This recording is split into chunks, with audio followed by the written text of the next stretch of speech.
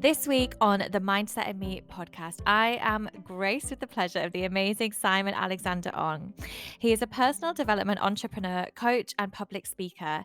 His clients are from all walks of life, but they share one trait, which we all love on this podcast, and they believe that the greatest investment you can make is in yourself. His insights have seen him featured in Huffington Post, Forbes, Virgin, and The Guardian. I mean, to name a few here, Simon. He also regularly speaks at organizations and keynotes. He just came from the most incredible keynote today, which we will touch on, I'm sure.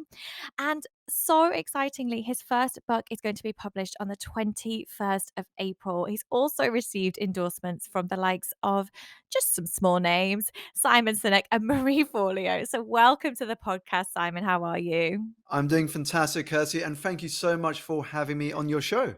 Oh my goodness, it's my pleasure. I mean, we've really seen the highlight there from the intro. I'm like, wow, the more research I did on Simon, I was just like flabbergasted. Like, tell me all your secrets. So, I guess kind of starting at the beginning and, what's the journey that you've taken to get to where you are today? Sure. So, Kirsty, when I talk about how I grew up, a lot of people can't believe that I was a shy, Mm, introverted young mm, boy when they look at the sort of work that I now do today. But that's who I was when I was young. I was one of two sons to Malaysian Chinese parents who had immigrated to the United Kingdom in pursuit of a better life. And we grew up with my brother and I grew up with the mistaken belief that success was defined by our job title. We had mm. this pressure both within the family, but also within society to follow the path of being a banker, a doctor, a lawyer, or an accountant.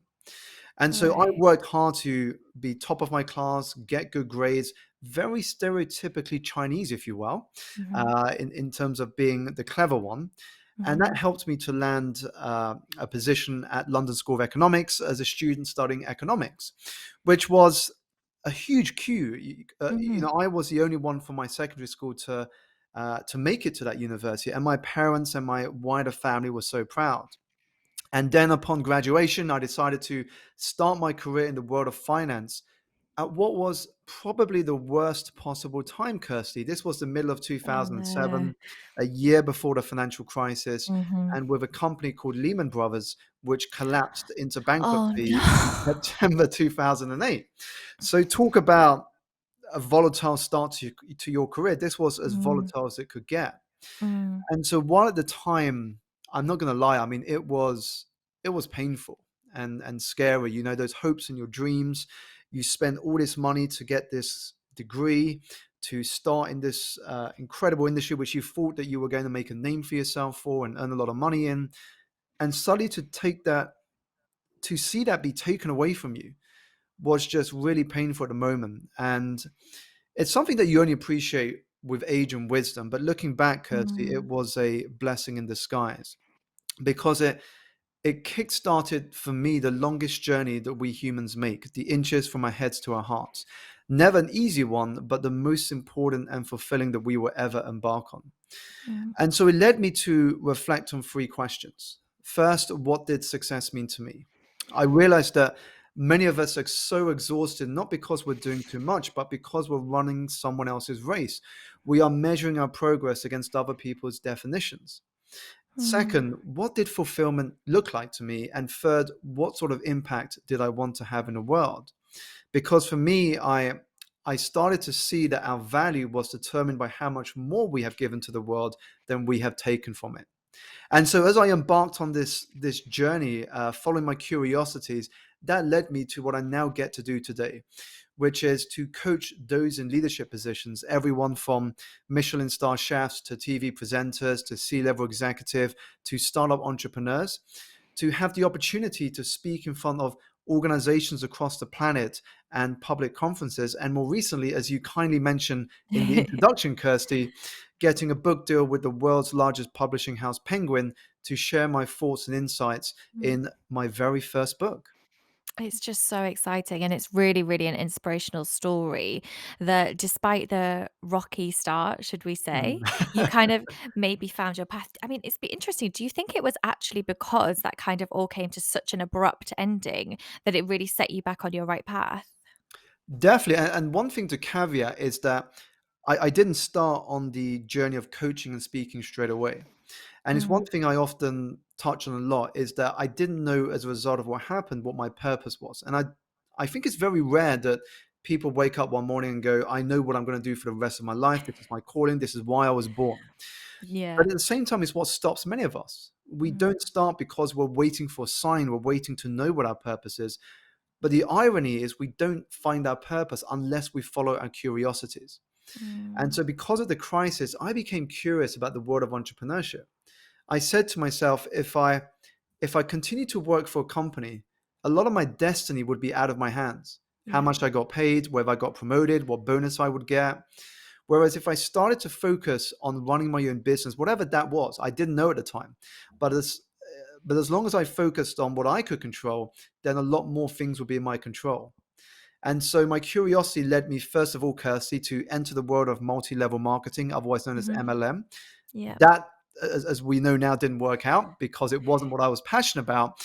But Yeah. I was pursuing the get rich quick schemes. I was Mhm, seduced by the sort of money that you could earn. mhm, And then I went into the world of food. So I was connecting private chefs with people who wanted to try cuisines, but also network and providing a platform for doing so. Unfortunately, the margins were wafer thin, and it wasn't a yeah. business that I could scale. And then after that, my curiosity led me to the world of coaching. And as soon as I started to understand the power and the transformative effect that this skill could have on the lives of others, I was hooked. I Mm. was hooked, and I just wanted to see how far I could go with it. And that's really where the journey began when I look at the personal development entrepreneur that is what I've been on. Wow, thank you for sharing all of that. I would say you are, I mean, obviously, we say, we're entrepreneurial in spirit, but I genuinely would say you are a complete entrepreneur because you've found these like elements and these nuggets and you've taken it from, different industries and applied it in a different way and then found your calling. But even the way you talk about your work, Hmm. I can tell you've worked in marketing. I can tell you've studied economics. Like there's so much within it that's made it like multifaceted, which I think is totally unique. Definitely. And just when you touch on the word unique, I think all of us actually Mm, have a unique way of seeing the world. And it's really about tapping into those experiences and skills that make us different. The big trap we fall into that I didn't want to fall into was just doing what everyone else was doing. And yeah. so I remember, Kirsty, when I went to my very first Tony Robbins event, and I was sitting at one of the seats in the front area, and most of the people in the audience were just there to consume the content. So they were there writing notes and taking down all the things that Tony was covering. Now, for me, I already knew most of that because I've watched a lot of his videos. I've been on other courses that he had done. For me, though, I wanted to tap into something that made me unique. I was always fascinated about structure and the mechanics of how people did what they do. So while everybody was writing notes about the content, I was writing down answers to questions such as, how did he start that talk? How Mm, did he finish the talk? How many stories did he tell? How wow. did he tell them? And when did he come into the audience? So I Mhm. really wanted to break down and codify how success was being done. Wow, that's incredible. That's so powerful, isn't it, to be able to take away and like work out what is Tony Robbins' process. I've got it. Thank you very much. I think actually something on that as well. I learned when I did like I worked in media too before, so I'm Mm, really really used to pitching and talking, and I'm northern and I just talk a lot anyway. Is to start something in the middle. Start with the middle of a story when you open up a mm. conversation, and it gets people hooked, doesn't it? Because everyone is curious. All you need to do is find a way to pique that curiosity. Definitely. I love that, Kirsty. And that's something I do in a lot of my keynotes. And Mm, when we talk about looking at various stimuli and trying to dissect how they do what they do and bring it into your own industry. The way I learned that technique, Kirsty, was actually by watching a lot of films. I love my films. I love going to the cinema. And I noticed that in some of the best films that gross the highest revenue, what they do is they all follow a set formula. And in those films, they drop you in the middle of the action. Like if you go to the cinema and watch the James Bond film, you will note that at the beginning they drop into an action scene. oh, yeah. Yeah, and you don't know what's going on, and then suddenly the theme tune comes on, and then they rewind back to fill in the gap. So you kind of know why that first scene happened. And Yeah. so I thought to myself, well, imagine I could do that with my talk, to drop them in the action and then Mhm, bring it mhm. back to the theme just so I can get their attention at the beginning. Oh my goodness, I never really realized that till you said that, actually. I'm gonna watch every one now and look out for that.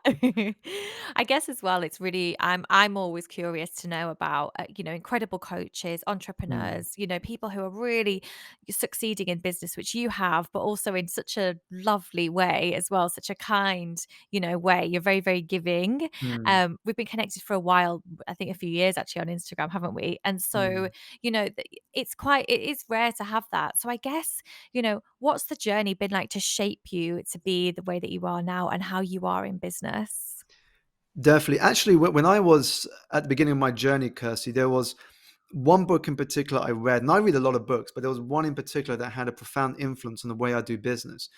And it's a book written by Bob Berg and John David Mann. They are the co-authors, and they wrote a book called The Go Giver, and it's gone on to Okay. become a best-selling book. Bob has become an incredible mentor to me, but it Oh. was a book that I continue to reread at least once every year, and it shaped the way I was thinking about business.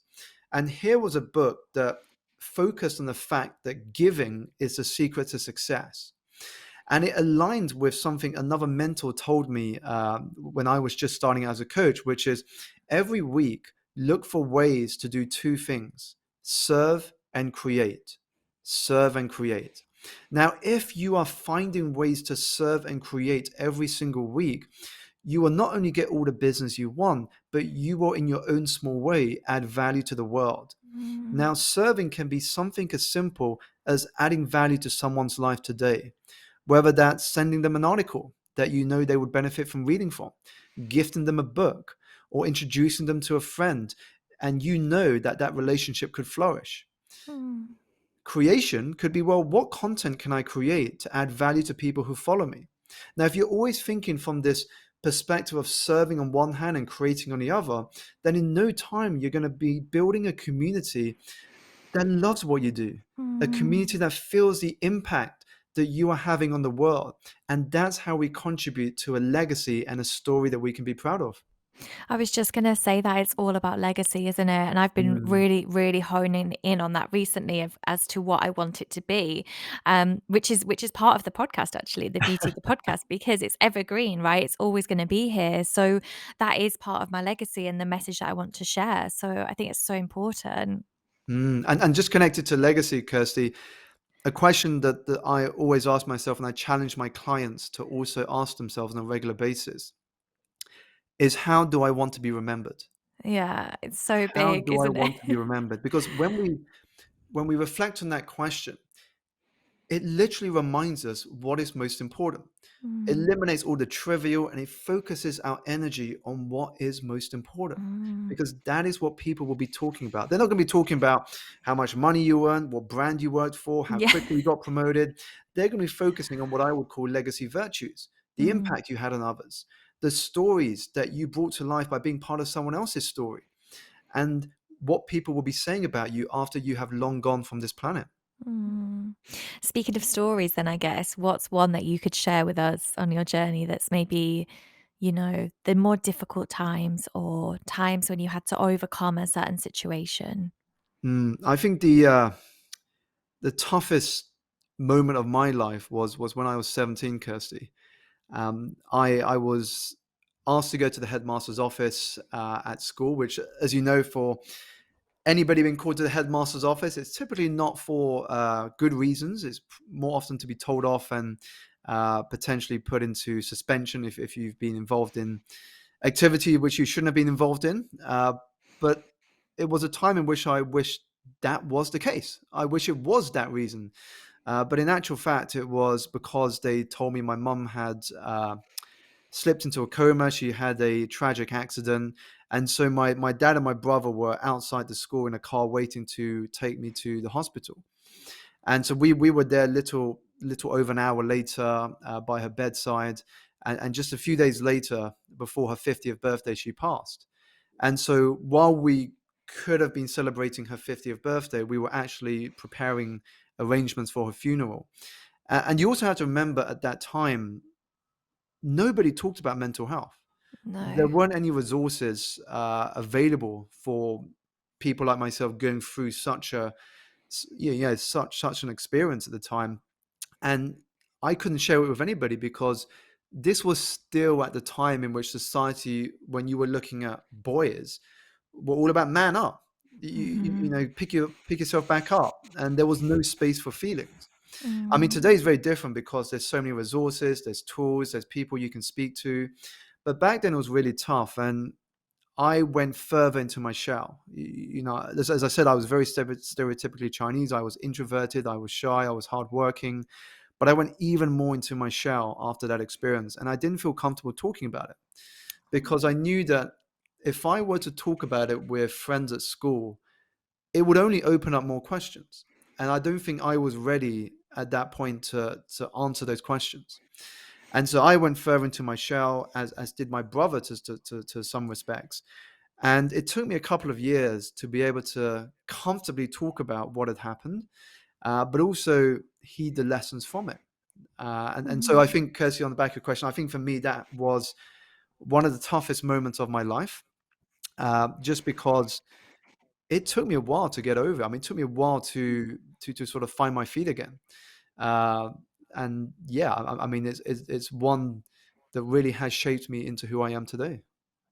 My goodness, you were so young. It gave me like shivers when you're telling me that because that's just Mm, so young to process that. I couldn't even imagine processing it now. and I think what it's exactly what you said there, Kirsty, because it was unexpected.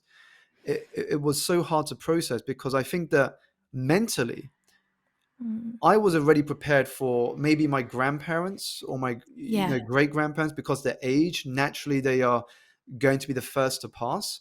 But for one of your direct parents to pass so early, without seeing you go to college or meet your future wife or see all the things that you've gone on to do, yeah, I mean, my life just went into a tailspin for a couple of years.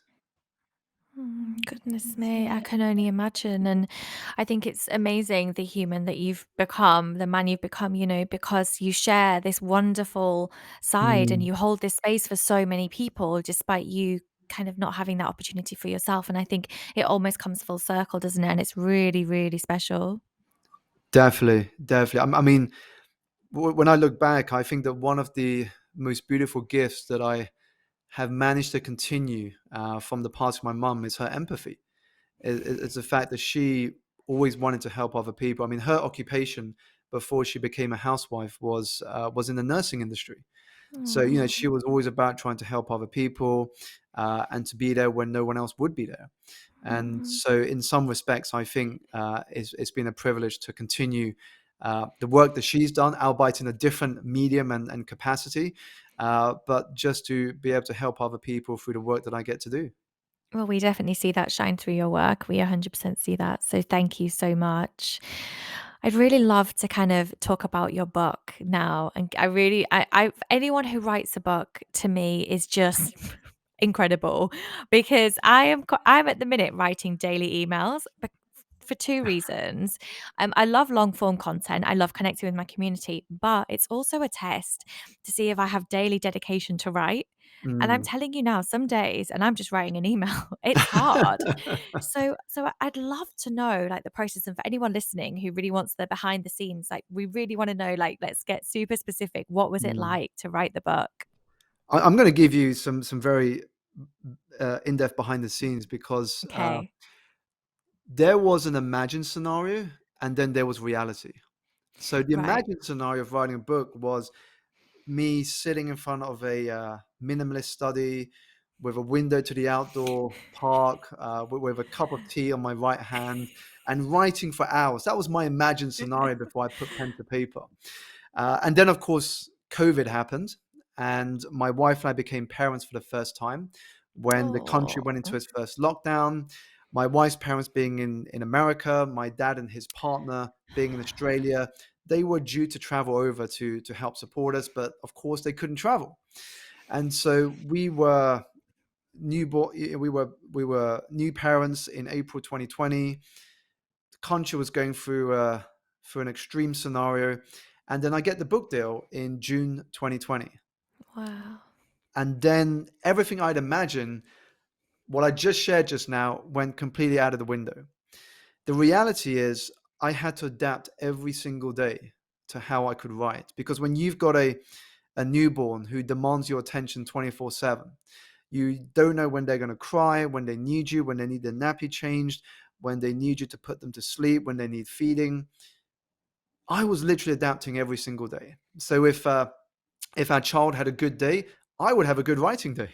If our child didn't have a good day, well, I would just settle with doing some research. Wow. And so I had to be kinder to myself, which was a challenge because I never experienced this many distractions when trying to do Mm. something as big as a book. And similar to yourself, Kirsty, the longest thing I wrote before this book was a social media caption or a newsletter. So going from that to 65,000 words was literally like jumping into the deep end of a pool if you've never swum before. Wow. And so this was a roller coaster of a ride. I mean, it took me from June 2020 to December 2021 for us to be finalized with the written part of the book before we started to look for endorsements. And yeah, I mean, that was a roller coaster ride. Some days I just got completely lost in the book. I didn't know if I wrote this in this chapter already. Have I not written it in another chapter?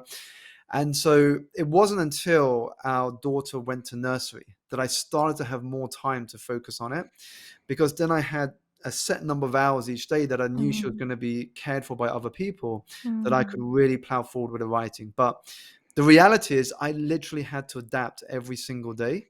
And now I'm not going to lie, I'm enjoying the marketing and PR side of it a lot more now I know the writing is done.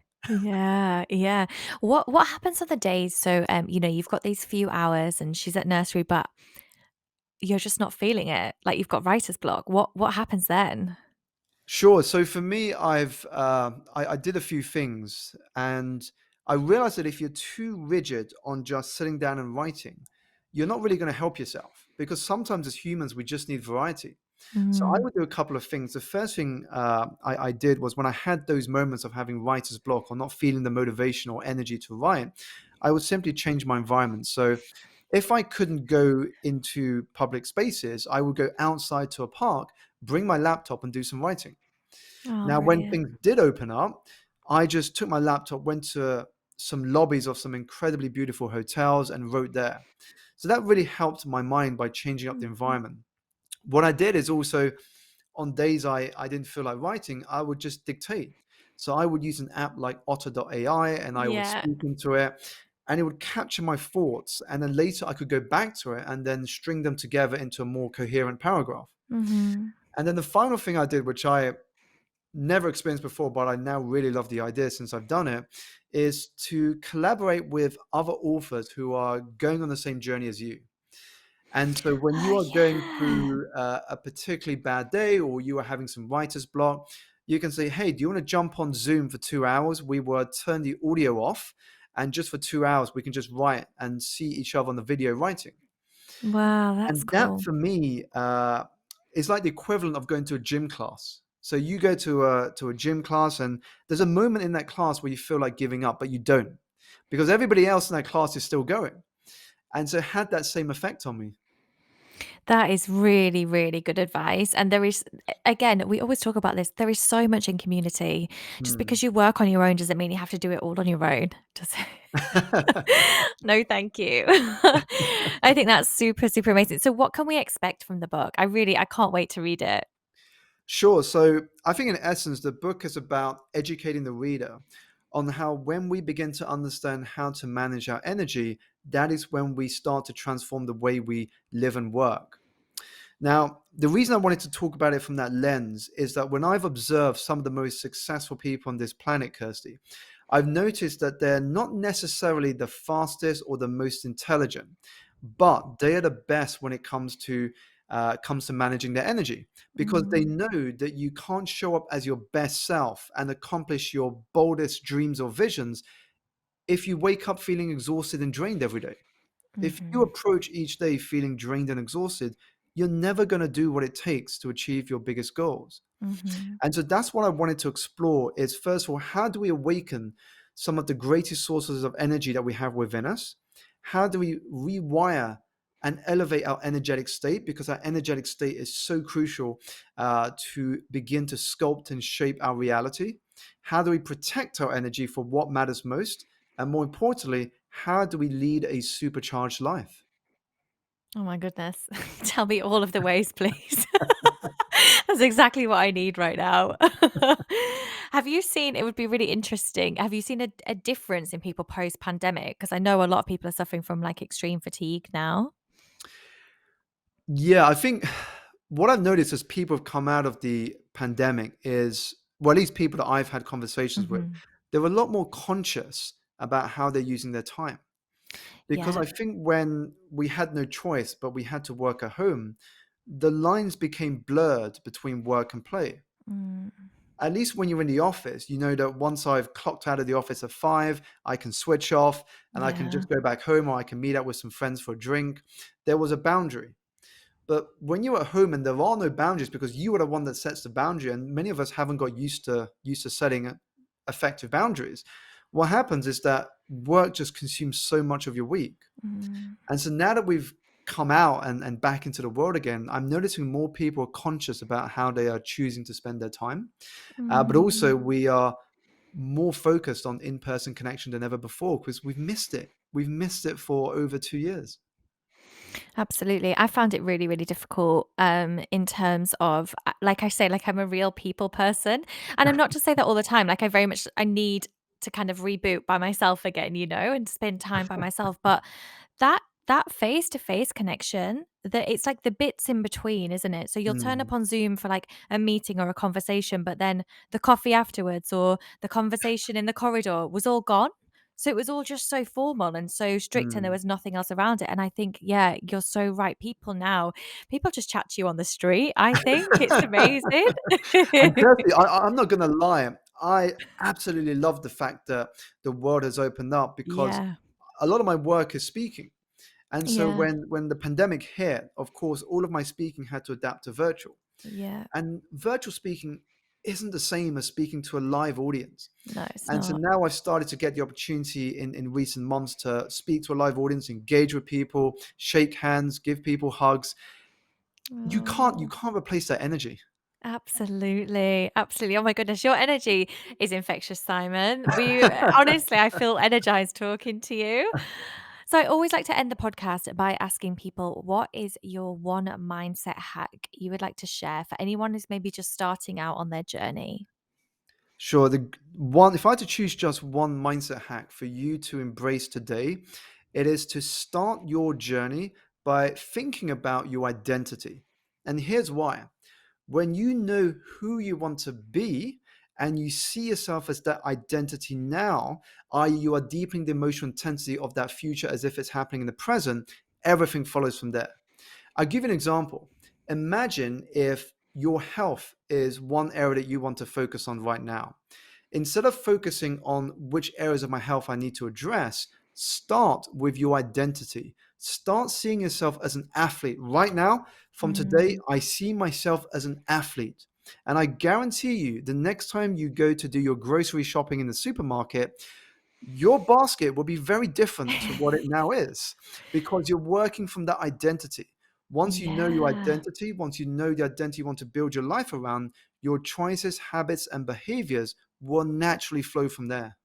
That's incredible. I'm gonna try that. I'm gonna be like running around Sainsbury's like I'm an I'll have And like 4 baskets full of, totally, you're going to see your protein. basket full of like I don't know what you eat, but fruit and veg and Yeah. energizing foods that are fresh and not the ice creams or the junk food or the Mm, microwave meals. mm, It's going to be very mm. different. And that's what I Yeah. had to do myself. When I exited employment and into the world of entrepreneurship, I knew that in order to succeed, even though I hadn't made it yet in inverted commas, I had to see myself as an entrepreneur. Oh, I you am a have CEO. to. I am Yeah. an entrepreneur. Now, what decisions would I make if I'm already that individual? And Mm. that's how we become that by already seeing ourselves in that position today. Yeah, I'm gonna share something. I've never shared this actually with anybody.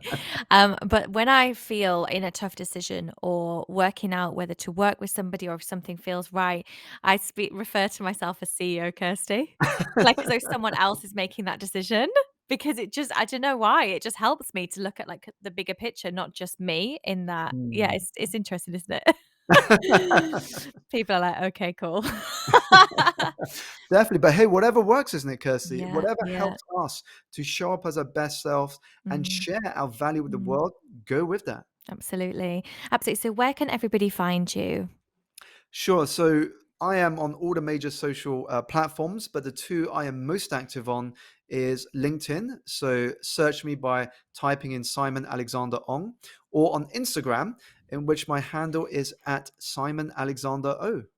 Amazing. I will share both of those in the show notes. I will also share the link to your book. I'm super, super excited. Honestly, this conversation has been so amazing. So thank you so much, Simon. Kirsty, thank you so much again for having me on.